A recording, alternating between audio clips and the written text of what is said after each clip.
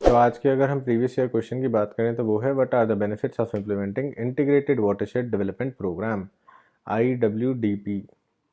GS2 का part है।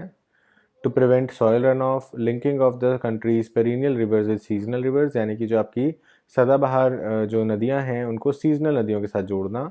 Rain water harvesting and recharge of the ground water table and regeneration of natural vegetation. तो आपको बताना है इनमें से कौन से जो ऑब्जेक्टिव्स हैं वो ट्रू हैं। इसको हम लास्ट में डिस्कस करेंगे, आप नीचे कमेंट सेक्शन में अटेम्प्ट कर सकते हो। तो सबसे पहले बात कर लेते हैं जनरल प्रोविडेंट फंड की, तो जिसको हम शॉर्ट में GPF बोलते हैं। हालांकि बहुत सारे लोग इसको गवर्नमेंट प्रोविडेंट फंड समझते हैं, बट ये जनरल प्रोविडेंट फंड होता है और ये सिर्फ और सिर्फ गवर्नमेंट एम्प्लॉयज़ के लिए होता है। तो अगर आप सरकारी एम्प्लॉय नहीं है तो आप इस फंड के अंदर निवेश जो है वो नहीं कर सकते, और इसके अंदर जो मिनिमम कंट्रीब्यूशन होता है वो होता है 6% ऑफ योर सैलरी, और मैक्सिमम जितना आपकी कैपेसिटी अलाउ करे आप उतना इसमें डाल सकते हो। 7.1% आपको इसमें इंटरेस्ट मिलता है।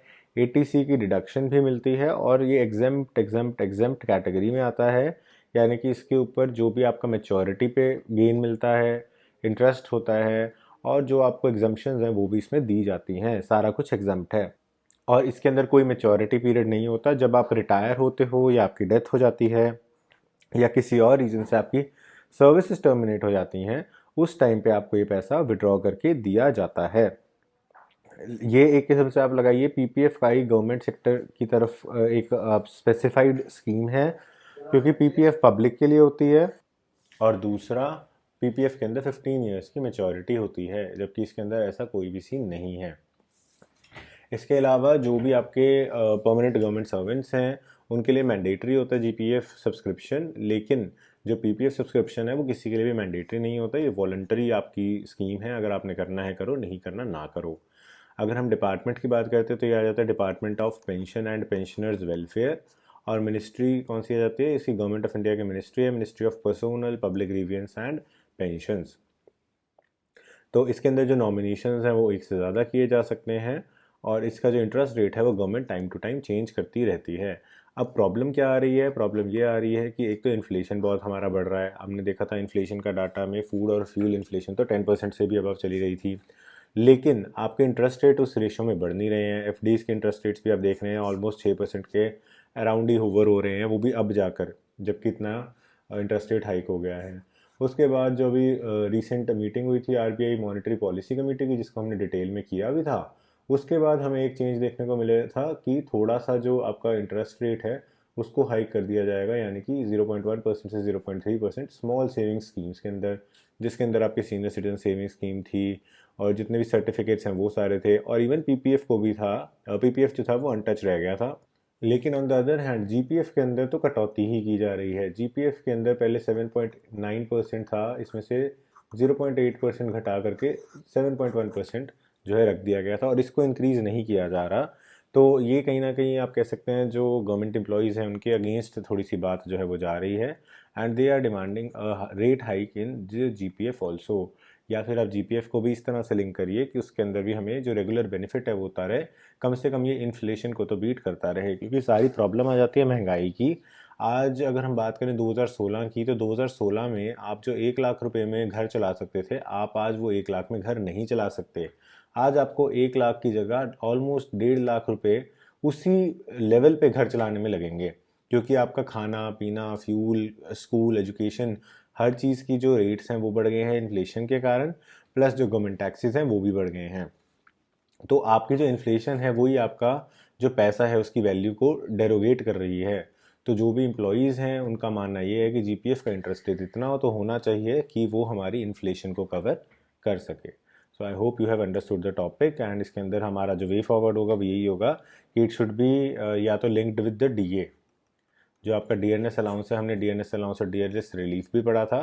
तो हर बार जब महंगाई बढ़ती है तो DNS अलाउंस बढ़ जाता है, तो उसी तरीके से DNS अलाउंस की रेशो में ही आपका जो GPF का इंटरेस्ट रेट है वो बढ़ जाना चाहिए, ताकि जो आपका पैसा है उसकी वैल्यू वो बरकरार रहे।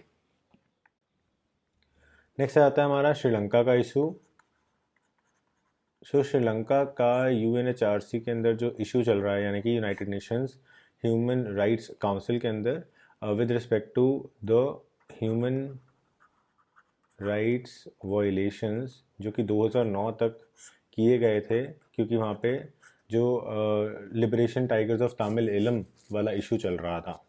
तो बेसिकली यहाँ पे इशू क्या है कि जो आपके उस टाइम पे तमिल लोग थे वो कहते थे कि सिन्हालास जो हैं हमारे साथ डिस्क्रिमिनेट करते हैं and so on and so fourth, तो हमें एक तमिल एलम के नाम से एक separate nation with in Sri Lanka चाहिए। तो उसको क्रैकडाउन बहुत ही ज़ोरों से किया गया था और उसके अंदर तमिल माइनॉरिटीज़ को बहुत ज़्यादा परसिक्यूट भी किया गया था और इनोसेंट पीपल के साथ भी ह्यूमन राइट्स वायलेशंस बहुत लार्ज स्केल पे देखे गए थे। तो उस इशू के कारण यूनाइटेड नेशंस के अंदर ह्यूमन राइट्स काउंसिल ने इनके खिलाफ एक्शन जो है वो लिया हुआ है। अगर और यहाँ पर जो है इनको फेवरेबल वोट्स मिलने के चांसेस बहुत कम हैं, तो it is basically going against Sri Lanka. अगर हम प्रेजेंट सिचुएशन की बात करें तो जो यूएनएचआरसी है, यूएनएचआरसी एक इंटर गवर्नमेंटल बॉडी है, यूनाइटेड नेशंस के अंदर ही आती है और इसका काम है protection and promotion of human rights all across the globe. USA जो है इसके अंदर है नहीं है फ़िलहाल, ऑल दो इसको जो है यूएसए चाहता है इसके अंदर वापस आना, बट एज ऑफ नाउ तो यूएसए इसके से बाहर है एंड बाद में अगर वो ऐड होता है तो कुछ और इम्पैक्ट पड़ेगा। एज ऑफ नाउ वो सिर्फ ऑब्जर्वर की तरह काम करता है।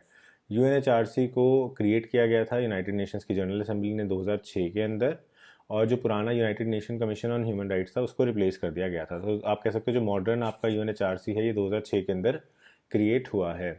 इसका जो सेक्रेटरीट है वो है office of high commissioner of human rights and इसका जो हेडक्वार्टर्स है वो जिनेवा स्विट्ज़रलैंड में है। आपको पता है यूनाइटेड नेशंस के ज़्यादातर हेडक्वार्टर्स जो हैं वो स्विट्ज़रलैंड में ही हैं। अगर हम मेंबर्स की बात करते हैं तो 47 इसके जो मेंबर स्टेट्स हैं जो कि इलेक्ट होते हैं यूनाइटेड नेशंस जनरल असेंबली के अंदर। और जो इशू चल रहा है वो है ह्यूमन राइट अब्यूज़ का, जो कि 26 साल की जो सिविल वॉर चली थी 1983 से 2009 तक तमिल माइनॉरिटीज़ के ऊपर, उसके ऊपर है। तो जैसा मैंने आपको बताया सिन्हालास डोमिनेटेड एरिया है श्रीलंका का और गवर्नमेंट भी हुई थी, और liberation Tigers of Tamil Ilam जो हैं वो चाहते थे कि यहाँ पे हम एक सेपरेट स्टेट बनाएं तमिल माइनॉरिटीज़ के लिए, क्योंकि हमारे साथ डिस्क्रिमिनेशन एक्सेट्रा होती हैं। इसके अंदर कहा जाता है कि 1 लाख से ज़्यादा तमिलियंस जो हैं उनको जो है परसिक्यूट किया गया था, या तो मेरे ख्याल से मार दिया गया था या फिर जो है उन्हें देश छोड़ने पे मजबूर जो है वो कर दिया गया था। So this was all about UNHRC. Next हमारा आ जाता है ऑयल कट। तो ऑयल कट के अंदर ओपेक प्लस कंट्रीज़ को हमने पढ़ना है मेन। तो सबसे पहले बात करते हैं ओपेक का मतलब क्या है। तो ओपेक का मतलब है Organisation of Petroleum Exporting Countries. ये एक इंटर गवर्नमेंटल ऑर्गेनाइजेशन है जिसके अंदर 13 कंट्रीज़ जो हैं इन्वॉल्व हैं। इनिशियली अगर हम बात करते हैं तो Iran, Iraq, Kuwait, Saudi Arabia और वेनेजुला जो है ये 5 कंट्रीज़ थे जिन्होंने ओपेक को बनाया था। उसके बाद धीरे धीरे इसमें और कंट्रीज़ ऐड होते रहे और 13 टोटल कंट्रीज़ हो गए ओपेक के अंदर। तो ओपेक जो है उसके बाद एक्सपैंड होता रह रहा है और अब एडिशनल जो है अलाइड कंट्रीज़ भी आ गए हैं +11। तो 11 अलाइड कंट्रीज़, उन अलाइड कंट्रीज़ को हम प्लस कंट्रीज़ बोलते हैं। इन अलाइड कंट्रीज़ के अंदर रशिया भी है।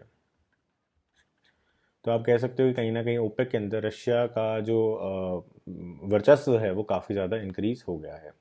इनका जो ऑब्जेक्टिव है वो ये है कि हमें कोऑर्डिनेट और ऑयल सप्लाई के जो प्राइसेस हैं उन्हें यूनिफाइड रखना है ताकि सभी की मार्केट स्टेबल रहें और सभी रेगुलर सप्लाई ऑफ ऑयल भी कर सकें और सबको अच्छे पैसे भी मिलते रहें। क्यों? तो इन्होंने एक किस्म का कार्टल बना लिया है। इन्हें पता है कि इनके अलावा तो ऑयल कोई बेच नहीं सकता। अब अगर ये आपस में ही लड़ेंगे तो सपोज करो ईरान $100 में बेच रहा है, इराक बोलेगा तुम मेरे से $90 में ले लो, तो फिर इससे ईरान का नुकसान होने से लग जाएगा ईरान का, या फिर नुकसान नहीं होगा तो प्रॉफिट कम होगा। कुवैत सोचेगा ला यार अपने को तो $50 ही कॉस्टिंग आती है, हम $50 कर देते हैं। तो इससे प्राइसेस जो हैं टूट जाते हैं और प्रॉफिट जो है वो श्रिंक हो जाते हैं। तो ये इन्होंने मोनोपोली बना ली कि हम तो इससे नीचे कोई भी पर्सन ऑयल बेचेगा ही नहीं। तो सपोज करो मोनोपोली में प्राइस रखा $90, तो अब $90 के अंदर अगर आपने प्राइस रखा और मोनोपोली क्रिएट हो गई, तो अगर किसी की 50 की लागत आ रही है तो उसे $40 का फ़ायदा हो गया, किसी की अगर 80 की लागत आ रही है तो $10 का फ़ायदा हो गया। लेकिन ओवरऑल फ़ायदा क्या हुआ कि सबका प्राइस और सबका प्रॉफिट जो है वो मेंटेन रह गया, और बाकी लोगों की क्योंकि इस पर डिपेंडेंसी है तो आप उसका फ़ायदा उठा रहे हो। तो टोटल मोनोपोली क्रिएशन बेसिकली आप कह सकते हो यहाँ पे ऑब्जेक्टिव जो है वो है। तो हम ऑब्जेक्टिव क्या बोलेंगे, मोनोपोली क्रिएशन। सो मोनोपोली क्रिएशन यहाँ पे हमें देखने को मिलती है। अब हमने देखा था कि ऑयल के प्राइसेस बहुत ज़्यादा बढ़ा दिए थे जब रशिया ने यूक्रेन के ऊपर अटैक किया, और इनके बहुत ज़्यादा हाई प्रॉफिट्स जो हैं वो होने लग गए थे, और बाकी सारे मार्केट्स क्रैश होने लग गई थी, इन्फ्लेशन बहुत हाई होने लग गई थी।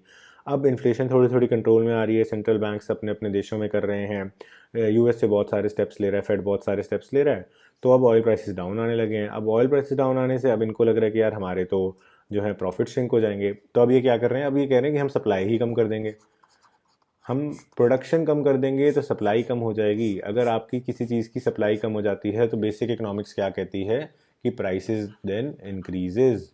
तो आपका जो $90 का प्राइस है वो ऑटोमेटिकली $100 हो जाएगा, क्योंकि किसी के पास तेल बेचने के लिए ही नहीं होगा। तो प्रोडक्शन कम करके प्राइसेस बढ़ाने की यहाँ पे टेक्निक यूज़ की जा रही है। तो एब्सोल्यूट मोनोपोली क्रिएशन यहाँ पे दिखाई जा रही है ओपेक प्लस कंट्रीज़ के द्वारा। तो इससे बहुत ही ज़्यादा फ़ायदा इनको होगा, मिडिल ईस्टर्न कंट्रीज़ को होगा, और रशिया को भी होगा नेचुरली, क्योंकि रशिया भी एक ऑयल सप्लायर है। और बाकी सब जगह पे जो हैं वो इन्फ्लेशन और ज़्यादा बढ़ जाएंगी, और इससे सबसे ज़्यादा वर्स्ट इम्पैक्ट जो होगा वो होगा यूएसए को। यूएसए वर्स्ट हिट होगा। यूएसए वर्स्ट हिट क्यों होगा? क्योंकि यूएसए के अंदर इन्फ्लेशन ऑलरेडी बहुत ज़्यादा है। यूरोप के अंदर भी अगर हम देखें तो 10% से अबव अभी डाटा आया था इन्फ्लेशन का, 10% से अबव जा चुकी है। तो इन लोगों को बहुत ज़्यादा नुकसान होगा, क्योंकि इनको ऑलरेडी इतनी ज़्यादा दिक्कतें आ रही हैं इन्फ्लेशन में, और यहाँ पे ऑयल प्राइसेस और बढ़ जाएंगे। ऑयल प्राइसेस बढ़ने से सारी चीज़ों के रेट्स बढ़ जाते हैं, क्योंकि ऑयल ट्रांसपोर्टेशन में भी यूज़ होता है, तो ट्रैक्टर्स में, फिर सब्जियाँ आपके घर तक पहुँचाने में, उन सब चीज़ों में ऑयल यूज़ होता है, मशीन्स के अंदर ऑयल यूज़ होता है, और सारी चीज़ों में ऑयल यूज़ होगा, फैक्ट्रीज़ में वो यूज़ होगा, इंडस्ट्रीज़ में यूज़ होगा। तो फिर से उन सब की कॉस्ट ऑफ प्रोडक्शन बढ़ जाएगी। कॉस्ट ऑफ प्रोडक्शन बढ़ने से फाइनल गुड्स महंगे हो जाएंगे, फाइनल गुड्स महंगे हो जाएंगे तो ओवरऑल कंज्यूमर प्राइस इन्फ्लेशन जो है वो बढ़ जाएगी। So this is the main concern about OPEC plus countries, जो कि वो कह रहे हैं कि हम ऑयल कट करेंगे, ऑयल की प्रोडक्शन को कट करेंगे। अभी आप मैप देख सकते हो सारी कंट्रीज़ का, जो कि ओपेक कंट्रीज़ के अंदर फॉल करती हैं। जो डार्क रेड में है वो इनिशियल कंट्रीज़ हैं, और जो सॉरी डार्क ब्लू में है वो इनिशियल कंट्रीज़ हैं 13, और जो लाइट ब्लू वाली हैं वो हैं आपकी एडिशनल कंट्रीज़। तो एडिशनल के अंदर आपका रशिया यहाँ पे आपको देखने को मिल रहा है, और वरना ओल्ड में इराक, ईरान, सऊदी अरेबिया, वो सारे कुवैत वगैरह यहाँ पे आ गए, वेनेजुला यहाँ पे आ गया। So this was all about the OPEC countries. अब आगे बढ़ते हैं रशियन टॉपिक पे। तो अगेन पुतिन ने जो है एनेक्सेशन कर ली है, उसके बाद उन्होंने कहा है कि अब स्टेबलाइज हो जाएगा ये एरिया। ऑल्दो जो यूक्रेन के प्रेसिडेंट हैं वो अभी भी कह रहे हैं कि हम काउंटर अटैक्स करेंगे और हम अपने एरियाज़ को वापस से जो है छीन लेंगे। इसके अंदर जो यूक्रेनियन प्रेसिडेंट है वो कहीं ना कहीं वर्ल्ड लीडर से भी अपील कर रहे हैं कि हमारी मदद करो। और जो बाइडन ने ये भी कहा था कि हम मिलिट्री असिस्टेंस जो है वो प्रोवाइड करेंगे यूक्रेन को, सो दैट वो रशिया से मुकाबला कर सके और अपने अनेक्स्ड एरियाज़ को वापस से अपने अंदर विलय कर सके। अगर हम एनेक्सेशन की बात करें तो राइट साइड में आप मैप देख सकते हो। इस मैप के अंदर आप देखें क्रीमिया है, ये तो जो पहले ही एनेक्स हो गया था 2014 में। एक सेकंड में कलर चेंज कर देता हूँ। 2014 में उसके बाद आपका ये आ जाता है खोर्सन, उसके बाद ज़पोर्जिया, डॉन्स्टेक और लुहांस्क। ये चारों के चारों जो एरियाज़ हैं ये अब आपने अब एनेक्स कर लिए हैं, तो ये सारे के सारे अब रशिया के पास जो हैं चले गए हैं, रशिया के कंट्रोल में हैं। और रशिया कहता है कि ये बिल्कुल लीगल हुआ है क्योंकि यहाँ पे रेफरेंडम किया गया था। तो रेफरेंडम से यहाँ पे लोगों ने वोट किया कि उन्हें रशिया के साथ मिलना है, यूक्रेन के साथ नहीं मिलना। हालांकि कीव का कहना है कि ये सारा कुछ एक होक्स है, इंटरनेशनल कम्युनिटी को फुद्दू बनाने के लिए है, क्योंकि ये चीज़ असल में जो है नहीं थी वहाँ पे। और रशिया के लोग जो हैं वो ही इस इलेक्शन को या इस रेफरेंडम को कंडक्ट करा रहे थे, और वो सारे के सारे बायस थे और उन्होंने ज़बरदस्ती इस चीज़ को किया। अब इसका सबसे बड़ा फ़ायदा अगर हम रशिया के पर्सपेक्टिव से देखें तो आप देख रहे हो कि डायरेक्ट यहाँ से लैंड रूट एक्सेस में मिल गया वार्म वाटर पोर्ट्स का ब्लैक सी के। तो ब्लैक सी के जो वार्म वाटर पोर्ट्स हैं उनका बहुत ज़्यादा फ़ायदा मिल गया रशिया को। अदरवाइज़ रशिया को उस साइड से जाना पड़ता था नॉर्थ पोल की तरफ से, जो कि पूरा का पूरा विंटर्स के अंदर जम जाता था। तो रशिया के पास टेक्निकली आप कह सकते हैं वार्म वाटर पोर्ट्स की एब्सेंस थी या कमी थी। क्रीमिया को हथियाने के बाद सबसे बड़ा फ़ायदा उनको यही हुआ था कि वार्म वाटर पोर्ट्स मिल गई थी। और अब ये पूरा का पूरा लैंड स्ट्रिप लेने के बाद जो है डायरेक्ट एक्सेस मिल गया आपको पूरा ब्लैक सी का, इंक्लूडिंग क्रीमिया वाला तो है ही है। तो एक बहुत ही अच्छा ट्रेड रूट यहाँ से जो है रशिया डेवलप कर सकता है फ्यूचर के लिए भी। प्लस अपनी जो गैस सप्लाईज उसने भेजनी होती हैं यूरोप में, उसके लिए भी। तो जैसे हमने नॉर्ड स्ट्रीम 1 नॉर्ड स्ट्रीम 2 के बारे में देखा था, मैप एनालिसिस से देखा था कि यूक्रेन ने को अनेक्स करने से पहले रशिया ने पूरी तरह से यूरोप को अपने ऊपर डिपेंडेंट बना लिया थ्रू गैस। अब गैस के बाद डिपेंडेंट बना लिया, डिपेंडेंट बनाने के बाद जो है उनको कहीं ना कहीं इतनी डिपेंडेंसी क्रिएट होने के बाद उनको इतना डर लग गया कि अब विंटर्स में तो हम मर ही जाएंगे अगर रशिया से आपको सप्लाईज नहीं आएंगी। तो रशियन सप्लाईज की इसीलिए बहुत ज़्यादा नीड जो है यहाँ पे बढ़ गई। तो रशियन सप्लाईज के बिना विंटर्स आ जाएंगी, उनके पास फ्यूल की कमी हो जाएगी, हीटर्स चलाने हैं, इंडस्ट्रीज चलानी है, तो वो सारी डिपेंडेंसी जो है उसका फ़ायदा अब रशिया और ज़्यादा उठा रहा है। हालांकि यूएसए कह रहा है कि हम इसके अंदर मिलिट्री असिस्टेंस भेजेंगे जिससे कि यूक्रेन अपनी टेरिटरीज को वापस पा सके। तो अब आ जाते हैं हमारे क्वेश्चन पे जो कि था IWDP पे, यानी कि इंटीग्रेटेड वाटरशेड डेवलपमेंट प्रोग्राम, जो कि एक प्रोग्राम है जिसको मिनिस्ट्री ऑफ रूरल डेवलपमेंट के अंदर डिपार्टमेंट ऑफ लैंड रिसोर्सेज ने बनाया था। इसका जो मेन ऑब्जेक्टिव है वो ये है कि हमें रिस्टोर करना है इकोलॉजिकल बैलेंस को, हार्नेस, कंजर्व और डेवलप करके natural water resources including soil, vegetation cover and water. तो इसके अंदर अगर हम बात करते हैं करेक्ट ऑप्शंस की, तो फर्स्ट ऑप्शन आपका आ जाता है prevention of soil run of, तो ये ट्रू है। उसके बाद आ जाता है आपका linking the countries perennial river with seasonal rivers, ये गलत है क्योंकि जो रिवर लिंकिंग प्रोजेक्ट है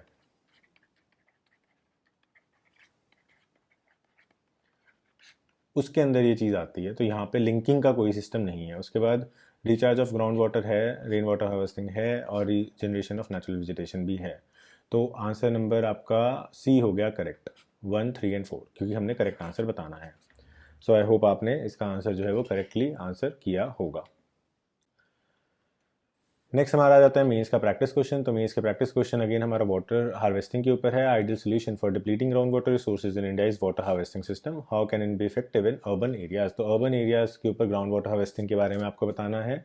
इसके अंदर आप जो है डायग्रामेटिक रिप्रेजेंटेशन से भी बता सकते हो कि अगर एक अर्बन हाउस होल्ड है तो वहाँ पे ग्राउंड वाटर की हम इंस्टॉलेशन किस तरह से कर सकते हैं, और फिर नीचे एक अंडरग्राउंड टैंक बना सकते हैं जिसके अंदर वो पानी फिल हो, और फिर उसी पानी का कनेक्शन जो है हम मोटर के थ्रू ऊपर रखी टंकी पे कर सकते हैं, ताकि रेन वाटर हार्वेस्टिंग से ये पानी नीचे चला जाए पहले, फिर यहाँ पे वो क्लीन हो जाएगा, फिल्टर्स वगैरह लगे होंगे, फिर मोटर से वो क्लीन पानी जो है ऊपर टंकी में चला जाएगा और वो घर में रीयूज़ हो जाएगा।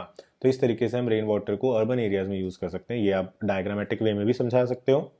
उसके बाद आता है what is water stress, how and why does it differ from regionally in India. तो वाटर स्ट्रेस की डेफिनेशन पहले तो आपको बतानी है कि वाटर स्ट्रेस क्या है, इसकी ऑफिशियल डेफिनेशन क्या है, और हर रीजन में जैसे राजस्थान का वाटर स्ट्रेस पंजाब से डिफरेंट है तो क्यों है, तो इसके रीजंस क्या हैं, तो वो डिफरेंसेस भी हमें एक्सप्लेन करने हैं। तो आई होप आप इसको अच्छे से अटेम्प्ट कर पाओगे। अगर आप चाहते हो मैं चेक करूं तो आप नीचे कमेंट सेक्शन में या टेलीग्राम ग्रुप पे भी इसे भेज सकते हो।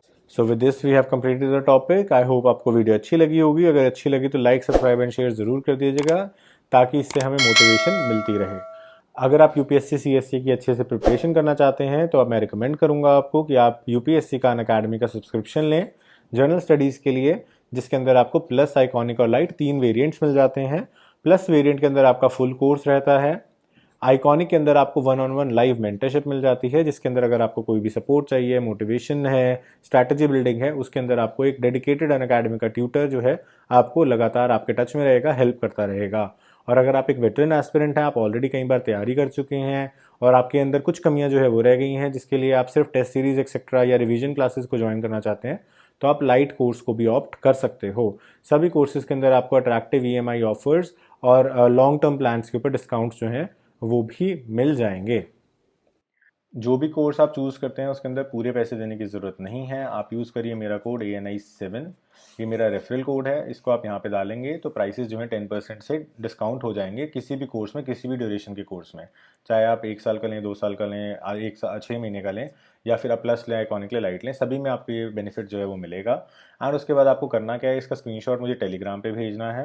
Once you send me on Telegram I will add you to my group. And उसके बाद आपको कोई भी डाउट्स हों, कोई भी गाइडेंस चाहिए हो with respect to Unacademy, या कोई भी और हेल्प चाहिए हो विद रिस्पेक्ट टू रिसोर्सेज या अन अकेडमी से रिलेटेड, या कोई आपको नोट्स चाहिए, तो वो सारी चीज़ें मैं आपको हेल्प कर पाऊँगा। So this was it for today's video. I hope you like this video और आपको कुछ जानने को मिला होगा। So thanks for watching, have a nice day.